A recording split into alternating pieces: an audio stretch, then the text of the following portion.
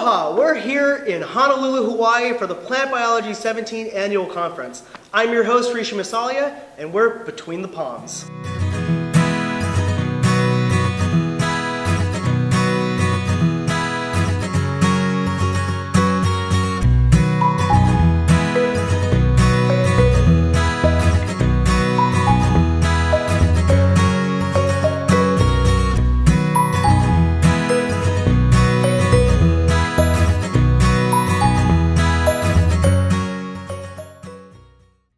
Hi, and welcome to another episode of Between the Palms. Today I am joined by Phil Taylor.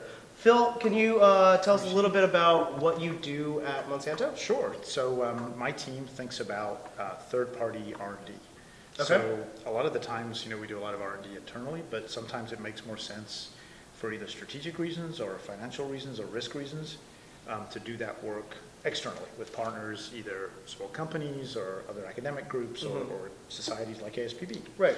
And so my team really thinks about that landscape, what technology we need, how we should bring it into Monsanto, how we should partner with people, and how we execute on those kinds of agreements. So it's really a great role to look kind of externally across the whole landscape of plant science. Right, so your role, I guess, to sum it up, is kind of to create collaborations between the company of Monsanto and other either institutions or academic units. Yep. Perfect. So one of the questions I love to ask everybody at this conference, specifically on the series, is how did you get your start in plant biology? Okay, so my first interest in plant biology actually was kind of by accident way back when I was an undergrad. Perfect. I got into molecular biology because there's a lot of diabetes in my family, and I wanted to sort of understand that sort of metabolism and biochemistry. Yeah. And I was, I think, a second year undergrad, and one of the professors came in and said, "Oh, you're interested in plants? Here, try for this internship." It was a summer program. Yeah. I wasn't. But I looked at it. Oh, thank you. Yeah, I know. It looked like a cool program, so I applied for it. Okay. Ultimately didn't get it, but that started some conversations with some of the other professors at my university. Right. And I got more and more interested in plant biology and how plants did different things, which led to a studentship the next year, which then led to my career. So it was kind of one of these kind of serendipitous mistakes. Yeah, that's really interesting. So, you work for a company. I think a misconception at a lot of companies that people have is that they don't have backgrounds in plant biology, but you actually went to graduate school. Oh, of course. Yeah. So in plant biology. PhD in plant cell biology. Where'd you do your training? I got that from the John Innes in Norwich in the UK. The UK. Where I grew up there.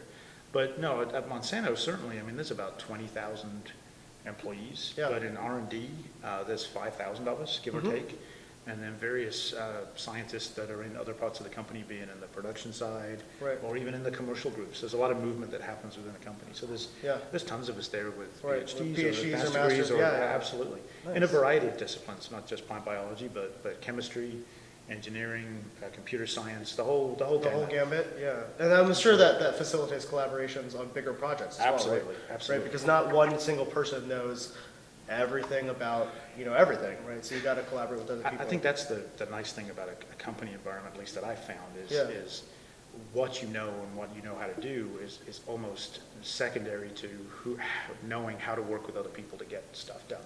Okay. And you're right, I may need to collaborate with a chemist or a data scientist or a computer scientist to get a project done, pick up the phone, get on with it. Yeah, and then your job specifically is to also just evaluate internally what collaborations y'all can make, and then see, okay, if we don't have this internally inside the company, then let's branch out and talk to other people who aren't exactly and understand that landscape and say, okay, if we really want to work in this space, here's a great way to do it. Right. So then a question I have is that Monsanto has a lot of buildings or units, I don't know what they're exactly called, in the U.S. So you have the main one in St. Louis. That's right. You have another one in Woodland, California. And then you have, I think, a couple in like Iowa, also in the Midwest. But you also have plants and facilities around the world. That's right. Right. So how do you figure out collaborations when Monsanto is such a large company of so many people working there? So it's a little bit the same story you do. There's no, actually, in a way, it's no different to academia, right? Yeah. If you're in a lab in Athens, Georgia, That's true, you as just you find, are, yeah, you there's find nothing somebody, stopping yeah. you collaborating with a lab in Australia, right? That's very true. It's the biggest challenge, as it is for everybody, is time zones, Mm-hmm. right? And understanding if Yeah. you need to have a call with, you know, as part of my team is outside the US, so if we Mhm. need a call with the team in St. Louis, the team in Tel Aviv, Bangalore, Beijing. Right, you have to there's, mesh with all those time there's zones. 1 hour in the day. What's that that works. hour? It's 7 o'clock in the morning in St. Louis, right? So, you know, my team is all east of me in that way. And so Yeah. everything starts nice and early, Yep. get And those it's calls like, done, yeah, later in and the we day go from for there. that, So yeah. there's no restriction. I think that those who are more successful and are able to Mhm. really drive careers Yeah. in industry in general, certainly, are those who know and can network broadly Well, to different yeah. locations and different sites. And I've been very fortunate over my career that I've gotten to travel to a lot of these places. I've been to Woodland, I've been out to our team in China, and build relationships and make connections that you can come back to and partner with Yeah. down the road. So in terms of the day-to-day operations, what would you say you do on a day-to-day basis?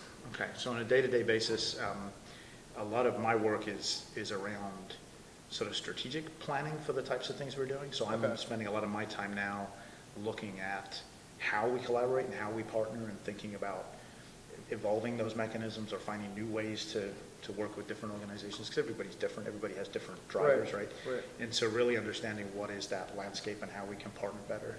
I also spend a lot of my time managing the team and helping really driving their work. Mhm. Monsanto has a really big focus on personal development and team development, so it's as important for me in my role to be developing the folks that work with and for me, as it were. So when you say that you help your team develop, so what are the types of members within your team? Do they all kind of work on this collaboration effort? Do you have people who work in the lab? Do you have people who work on? Yeah, no, that's good. I have, I think, a team of about 13 or 14, and none of them work in a lab. Okay. They're all And you don't either- work in a lab I don't either, work in a lab right? either. They're all either prospecting folks, so they're out there talking to people, meeting people, evaluating technologies, understanding what's going on. So they're venturing out. They're venturing out, Okay. building relationships. Gotcha. Then I have some folks in the team who are thinking about the collaborations that are in place. So when Okay. we put a collaboration in place, usually there's a lot of technical milestones that we look to hit. So Mhm. one of the things my team does is be working on, you know, what those milestones are, when are we going to Right. hit them, what decisions are going to make, that kind of strategy. Mhm. So those are the two big buckets of work Right. the team does, but it's geographically split between the folks in St. Louis, and I have a small team in Beijing, and a few folks in Bangalore, India, Yeah. who are really driving a lot of the analysis of what's going on externally so that we can glean insights from the information we have to make better decisions. Nice. So one of the questions I wanted to ask you, so there seems to be a lot of interest, at least for younger scientists in the plant sciences, of getting involved at a company like Monsanto, in agricultural industry. So I was wondering what advice you had for younger scientists, either undergraduates, graduate students, or postdocs, or even early career faculty, on how to make that transition and what y'all are looking for in Okay. terms of like resumes and skill sets. Okay, so the resumes one is pretty easy. Okay. I don't think there's that much difference between what you would think about as an academic CV Yeah. and what you need to apply for a technical job at a company. Okay. Right? Because when I look at folks to bring in as we're hiring different teams, Yeah. you know, we are looking for scientists, right? So, Right, so right. a resume in that sense, you know, the one It's page. Classic science resume, right? It just doesn't cut it. You need the CV that says, you know, I worked in this lab on this thing, I published Right, these papers, these I got papers. invited for these talks. Okay. You know, understanding the landscape of you as a scientist, that remains critical. Okay. Even in So that still goes at the forefront of any paper stats, Absolutely. is number of publications, where Absolutely. those publications went. Well, but then there's sort of a second level of looking at that, right? Right. Do you demonstrate the ability to be collaborative? You know, if Because you've that's got- such if- a large part of this, right? Absolutely. Yeah. If you've got 10 papers, if you've published 10 papers and you're first author on all 10 of them, Right. I might look at that and say, well, is this someone who kind of sits in the corner and does their thing? Mhm. Or do they get out and connect and contribute to other people's projects, right? So That is, I never thought of it that and way. it's not a black and white kind Right. of thing. It's just something that You don't need X number of first author pubs or X number of second author pubs. You're looking for breadth, you're looking for connection. I mean, what I see, and I love coming to this meeting and Mhm. seeing what's going on is, there's so much more diversity of thought now in terms of, when I was training to be a plant biologist, I trained to be a plant biologist, right? Right. When folks are doing that these days, they're thinking about how plant biology intersects with organic chemistry, how it intersects with statistics, how it intersects with modeling, Right. Well, there's been a lot of bioinformatics workshops at this meeting, which is great. Right. So there's a lot of cross-disciplinary thinking that's really evolved over the last few years that I think is really powerful. Do you think that cross-disciplinary thinking is a byproduct of the advent of like sequencing technology and like making things cheaper? I think so. Okay. I think so. I think the idea of now, data's gotten a lot bigger. Right. We have all the omics, yeah. And so now we can ask, some really cool questions in a much more systematic way than we could 10 or 15 years ago. Yeah. And so that's one thing I look for. You're talking about transitioning into careers. Yeah. Is a lot of people ask me, okay, big data happened, genome editing is happening. What's the next? What's the next thing? Right. Okay. I don't know. Okay. It'll come. Oh, yeah. But people ask me that in context of what do I need to be working on, right? Yeah. It's like, well, it doesn't matter to me so much as what it is, as in the work that you've done, have you shown that you'll be able to integrate it into what you're doing when it shows up, right? Okay, that makes sense. Can you think broadly? Can you think across disciplines? Right. And that tells me that when the next great revolution happens, you'll be ready for it and you'll be able to adapt quickly, Exactly. right? So a question that I have is, when you're looking at something like a CV, we had talked about, if you have, a second or third or fourth author, if you're a second or third or fourth author, right, you can demonstrate that you can be collaborative in some way. Do you also look for things like, okay, we have, grant collaborations with other countries? Yep. Well, I don't know, it has to be other countries. Other countries, but just other lab groups in general, right? Collaborations with other labs. Okay. A lot of PhD programs in the U.S. are part of some sort of organization, right? There's different departments that come together. Yeah. Are you showing leadership in that space? Are you part of that soft structure? Right. Are you doing things like you're doing Right. with showing up for your society? Yeah. What differentiates you from? So then how do you demonstrate those experiences on like a resume? What are you looking for? Do you want us to be, for instance, if I was applying for a career at Monsanto and I gave you my resume and I had, publications and I had the job description, but if I was trying to highlight, leadership or trying to highlight collaborations or soft skills, I think there's a. do you want us to be obvious about it? I think you can be obvious about it, but I think there's a way to do it that's more impactful. So Okay. I think the one thing that can often be a struggle is determining the difference between activities and outcomes, Okay. right? And so the same is true on the technical side. You can put on a CV, Rishi knows how to do a southern blot, a northern blot, a western blot, and Right. You just laundry list skill sets. That is not as powerful as I used this technique to solve this problem. Because then you talk about both. Then right? you're talking about Yeah. You're talking about outcomes and where you got to, how you answered a question and were able to move something forward. Right. Because you can teach techniques, right? You can't teach outcomes. Right. You can't teach that sense of, Right. there's my goal, I'm going to go. Right. How do you go for it? And then also the processing and the understanding on the back end. And so with something like what you're doing, because Right. maybe this is your interview, right?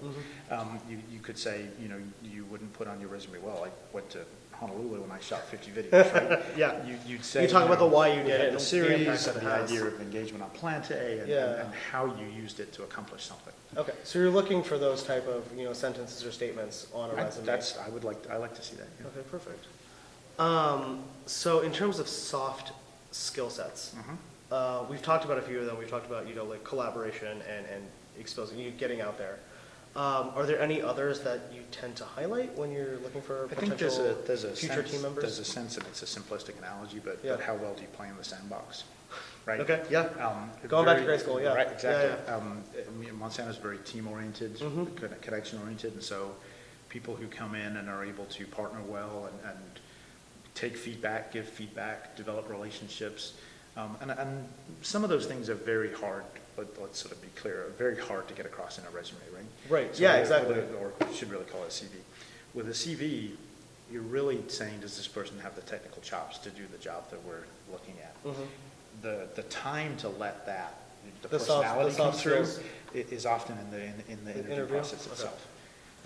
Monsanto uses behavioral interviewing. I don't know if you're No, what does that mean? So this is a style of interviewing where it's open-ended questions that are designed to get you to talk about activities and behaviors more than technical, right? So an example is, tell me about a time you disagreed with your boss.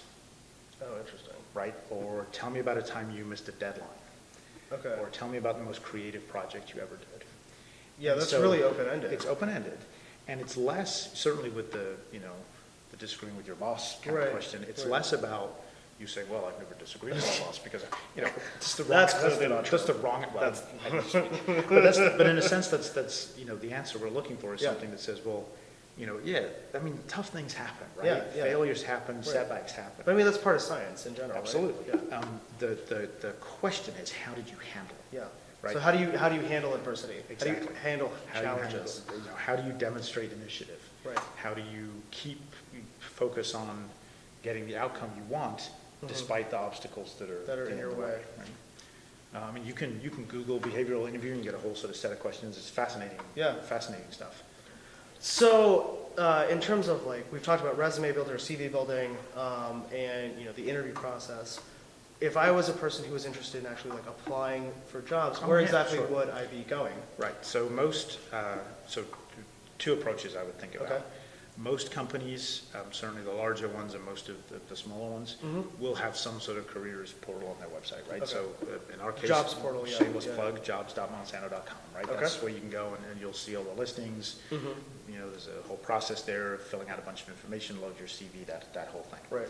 So that's a mechanistic one, right? Okay. I think the other one that you tie underneath it is how do you build those networks and the relationships that help you understand that you're ready and Okay. that the role that you're looking at is Is what you what you think want, it is. yeah. And so really that's when you talk to folks like me at meetings Yeah. like this, right? Right. And build relationships and connections. We had a great session a couple days ago downstairs in the exhibit hall. At the careers With and Ask Me ag Anything industry, yeah. careers, right? And so, I always meet a few great folks at that, and in fact, a couple of them, we've maintained a connection through this meeting the last 2 or 3 years, and, Right. that's always a good way to build a put some rapport, context, right? right? Yeah, exactly. So network, right? Okay. Always. And then mechanistically, you're there. Okay. So that's the website. Right. So for like a job posting, for instance, let's say it's a job posting for like an R&D, like a research scientist position. How long are those job postings usually available? Or usually, how long are they up? What's the average? Do you know? No. Okay. Can you ballpark? They're 2 weeks, a month, 6 weeks. I mean, Okay. it kind of It varies depends. based on the position, It's going to right? vary depending on the position. Okay. And the speed at which the hiring manager wants to move. So the way I would look at it, in fact, I'm in the middle of this now with my team, if I'm posting a role, Yeah. that usually means I have an empty seat. Right? Okay. And so I'm motivated to get To that fill seat it filled as quickly as I can. possible, yeah, okay. But at the same time, I'm going to balance that with getting the right Right, because you don't want to pick the wrong person. Exactly. Right. So they try to move pretty quickly. Okay. So I wouldn't, if you see something online, I wouldn't take a month to decide to go Right. back and apply for it. Don't right? lollygag, essentially. Right. So are you saying, so then would it be beneficial if you're really interested in pursuing a career in ag industry to like check the jobs portal, like refresh, like every Yes. day, every other day? A couple times a week. Couple times, that's yeah, fine. yeah. It's not going to update, That quickly, yeah, yeah, Refresh yeah. is probably a little overkill, Okay. but once, twice a week, just to sort of keep Just on to top make of sure it. that you're on top of it. But the other yeah. thing is, if you're in job applying mode, Yeah. right, you've got your CV ready. Yep. You've got the basics of your cover letter ready. Ready, yeah. It's not like you need a whole bunch of time to come back and go, Yeah. I've got all this work to do before I can apply, Yeah, right? You're exactly. basically ready to go. Exactly. The one thing I would encourage people to think about is you're not going to go to a company website and see a posting that says this job is for Rishi, right? Right. And list all the things that they're a perfect match with your background and experience. If you see something that lists 10 things that they're looking for, Yeah. and you think you've got 5 or 6 of them, Yeah. get your hat in the game, right? Throw your hat in the ring. Okay, that's really good advice. Don't be looking for the 10 on 10. Yeah, the match. perfect. You don't need the perfect match. I don't think it's very rarely there. Okay. And a lot of the times, when we come to put roles together, we might Yeah. be looking aspirationally in a way, right, for someone who may or may not exist. Right. And of those 10 things, really 5 of them may be fundamental and the others are extras. Extras, yeah, yeah, And so we bonus. might look at it and say, oh, well, here's something Rishi brings to the table we hadn't Yeah. thought about, and Right. how does this fit with the team? So it's always when we hire at Monsanto, that's kind of the end of the evaluation process, we use as 2 questions. Is the candidate a fit for Monsanto? Okay. And are they a fit for this role? And they're deliberately asked in that order. Interesting. right? So Yeah. there are plenty of people we've interviewed over the years where the sort of the fit for Monsanto is a yes, Yeah. and the fit for the role might be a no. So what happens if a person fits the yes, no? So then you sort of put that person to one side, and you sort of talk to your friends and your colleagues and See if anybody else needs you know, anything. who else is looking for something similar, a great nice. candidate. Can we bring them back? Do we, give them feedback that, they showed up really well, but this wasn't the right opportunity, and Right. encourage them to reapply. There's just different So there is a messaging. back and forth in terms of. Absolutely, Okay. absolutely. So for me, I'm a practicing plant scientist right now. I'm a graduate student. And so if I was interested in a career in agricultural industry, I'd probably be doing something along the lines of research. Sure. So what are the types of entry-level research positions at Monsanto? Are there like multiple? Is there one?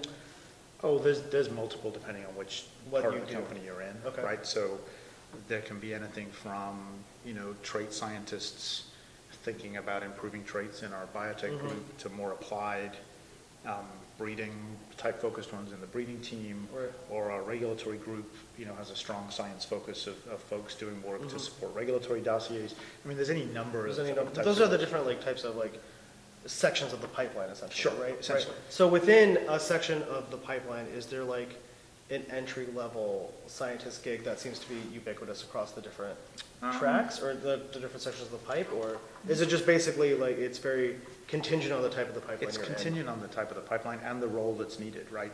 Okay. If we've got, Monsanto is a fairly flat company, right? So there's a lot of small teams and things. Right. And it could be that, someone might be looking for that entry level, master's student with a few years of experience, Yeah. all the way up to sort of a specific, if the role they need is for someone who really can come in with a PhD in a specific area to help solve a specific problem, Yeah. then that bar That bar might be might- set quite a little bit higher. So Right. there's no magic formula that says, oh, if you've got a PhD You and get- you've done you- these you three move up things, this you're high. good to go. Yeah, okay, No, okay, gotcha. no, it's very much needs driven, as it were. Okay. So there's also some chatter that I hear around that if you want to apply for a job in agricultural industry, you really need to have postdoctoral experience.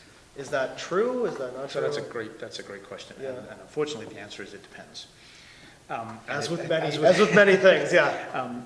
It's my perspective looking at it Mm-hmm. is it depends on the discipline in which you're in Okay. and the competition that you face. In terms of competition, in terms of other people applying? Other people applying. Okay. And so if you're in some of the more applied spaces, Okay. Which are on the breeding, crop physiology, Right. that side, Okay. there's less folks coming through that talent pipeline.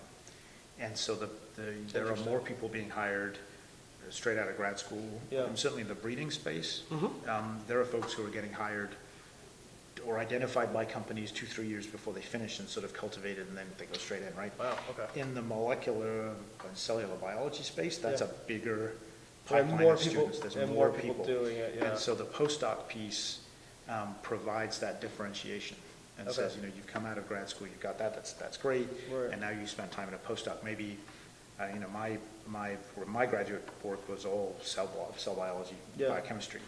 I deliberately took a postdoc, my second postdoc after I moved to the US, was very genetics focused, right? Because I didn't Right, so you have that. get So the you new put skill two set. together, Yeah. elevates That yourself. sets you apart. So it's hard to say, give us a sort of a Right. clean answer to that, Yeah. but it depends. So a lot of the chatter that we see in the news about agriculture industry is that there's a lot of consolidation happening. Sure.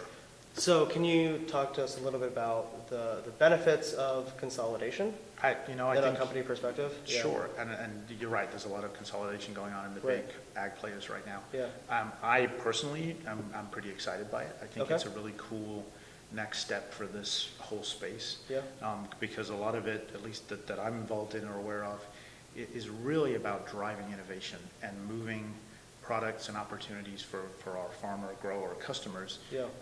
get better products into their hands more quickly. Because, we all know the spiel as plant biologists of, 10 billion people on the planet within Yeah. 30 years, and Yep. these whole We have to know drivers, the right? food security and all that, yeah. And so there's a lot of work to do. Right.